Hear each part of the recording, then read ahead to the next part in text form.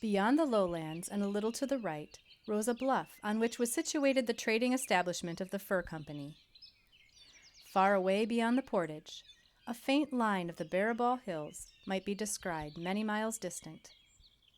It was an extremely pretty landscape, as it lay bright in the afternoon sun. Perhaps the numerous little matted lodges which dotted the low grounds beyond the river, clustering most thickly in the immediate vicinity of the shabby, irregular buildings which formed the trading establishment, did not diminish the picturesque effect of the whole. It was no mistake that the Indian Agency House, an embassy between cultures, was inserted directly into the grounds of this trading establishment when it was built in 1832. As an existing Ho-Chunk gathering point, Agent John Kinzie noted, "The agency buildings now erecting at this place are on Indian land and well situated for an Indian agency." An American Fur Company employee later elaborated that Kinzie wished to build there to be near Paquette, who was the best interpreter in the country. Put another way, the agency's prime location was heavily hinged upon the cultural dynamics and services of its surrounding Métis community.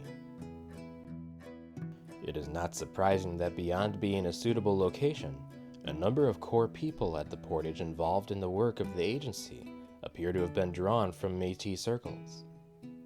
Of the known individuals employed in service roles at the Portage Agency over a full decade's time, only a handful cannot be identified as French or Métis, partly a reflection of the locally available workforce, but also perhaps reflective of something deeper.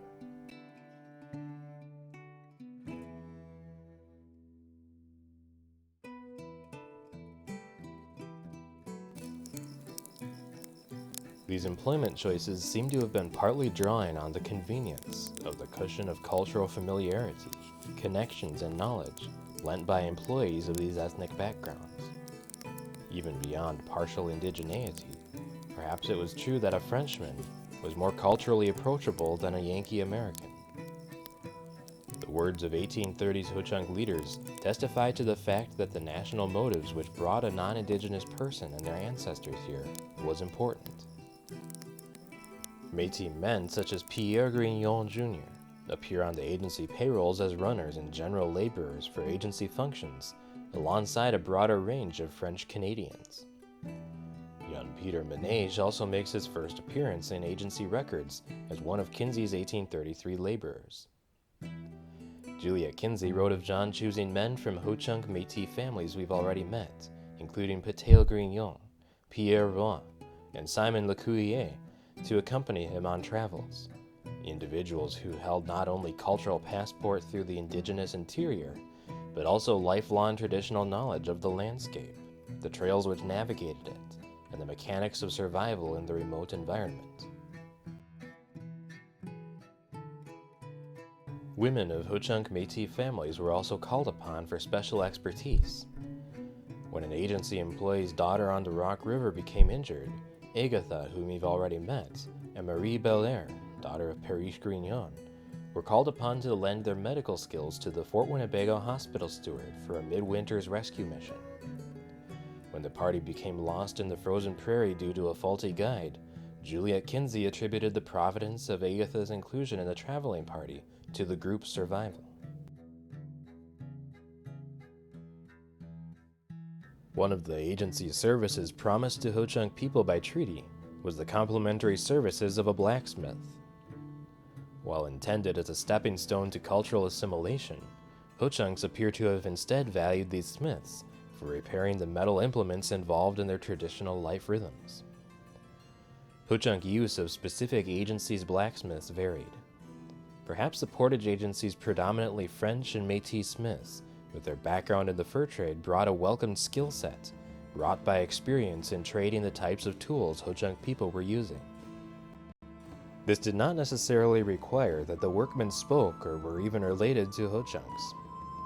William Jourdain, whose father Joseph was a prominent Green Bay blacksmith of both agency and fur trade, and Antoine Corville, both served as Métis blacksmith staff at Portage. Jourdain's mother was the daughter of a Menominee family, while Corville's mother was half Meskwaki, and both worked alongside a number of French-Canadian smiths and strikers.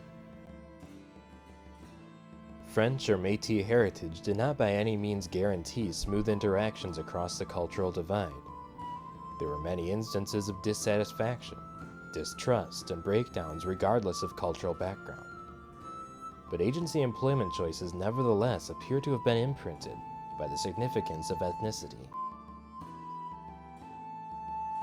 Taking a step back, the Métis factor was not just an aspect of employment choices by government agents. Shared blood also had significant meaning for those whom Ho-Chunk leadership put forward to represent themselves to the United States government during this pivotal era.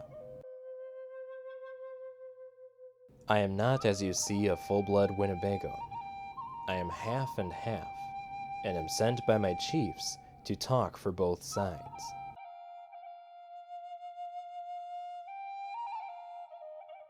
Even among people whose cultural lifestyle was fully Ho-Chunk, mixed ancestry held meaning as individual elders were selected to represent the nation in these circumstances. Earlier in 1829, Dikori's cousin Wakanhaka had been delegated to make the nation's opening statement in a major treaty. An explanation of his personal ancestry was an important part of his nation's opening message. Fathers, I rise before you to say what I, my people, think. It is not the first time you have heard me declare what I am going to say, that I am sent by my people to talk to you. I speak not for myself, but for my chiefs and young men. You know I am not a full-blooded Indian like my chief there, but they placed me here to speak for them. I say it again, that all I tell you is for my chiefs and young men, and not for myself. I speak for them. I am a mere speaker. I stand between the white man and the full-blooded Indian. On the other side of this coin, mixed ancestry tribal elders were at other times accused by others within the nation of using their heritage to personal advantage in their dealings with the U.S. government. As the 1830s progressed, Metis Portage in all its complexity was about to be jolted by changes which would impact their families in ways which went beyond merely their employment. We trace this next chapter in episode 6.